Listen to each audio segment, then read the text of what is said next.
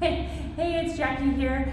I have been teaching yoga for a long time, and my number one request that I always get is lower back pain and how to help with lower back pain. And so I wanted to show you just a couple of things that you can do at home to help with lower back pain. I'm going to show you a couple of stretches, and then I'm going to tell you why at the end, because if you just came for the stretches, then you don't need to know the why. So the first one is the runner's lunge. And this one you can stay up on these back toes, or you can come down on the knee, uncurl the toes, press the calf into the floor so we don't feel pressure in that kneecap. And our goal here is to press the hips down so we feel the stretch in the front of this hip. And hands can be on either side of the foot. We get a deeper stretch if the hands come inside the foot, or we can come down to our elbows, or we can bring the hands up to this front leg. Either way, wherever we are, we want to breathe into the stretch the front of this hip.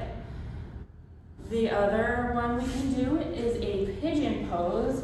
And this one, there's a lot of layers for this pose. The first one is that we can, turn so you can see.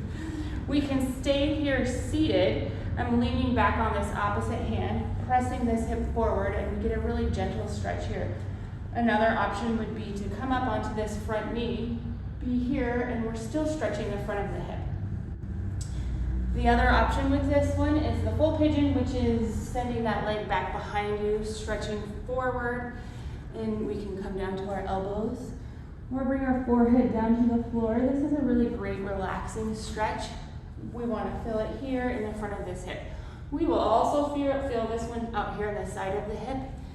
If you bring this leg more parallel with the front of your mat, you're going to feel it deeper in this outside hip too. Another one, and this one is super relaxing, is on your bed or sofa, wherever, before you go to sleep is when I do this one. But you can lay down, bend this knee, the foot's on the floor, and this other leg is going to hang off the floor. And if you're on your bed, you'll be a little higher. But here, gravity is just pulling down your hip flexor, so you get a gentle hip flexor stretch. Two more.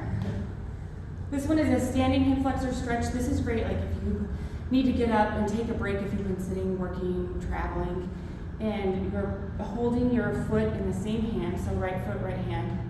We want our knee to point towards the floor, and then we're squeezing our glutes here to press that hip forward until we feel the stretch again in the front of the hip here. Last one, let me grab a block. This one is really relaxing. You're going to put this block right in between your hips and your ribs. You can also use a rolled up mat, which is a little more comfortable than the block, but you do get a deeper stretch with the block. It's going to come right in between your hips and your ribs, and you're just going to lay on it. And again, you can stay up on your elbows or come down.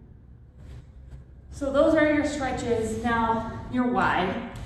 So if you think of your hips or your pelvis like a bowl, what happens is when we get tight in the front of our hips, it will actually tip our pelvis a little bit this way, and it's causing like a pinched nerve or lower back pain back here.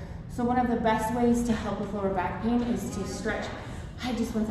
Stretch the front of your hips, strengthen your butt to help keep your pelvis in alignment.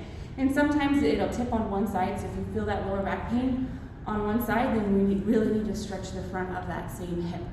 Also, our deepest hip flexor, it's called our psoas, and it stores all of our tension, trauma, stress, anxiety in that muscle. And so this is a deep psoas stretch when you're laying on that block. It's going to release stress and trauma from your body just by stretching it. So that's a really good one if you're feeling stressed out or anxious. So hope that helps. Thanks.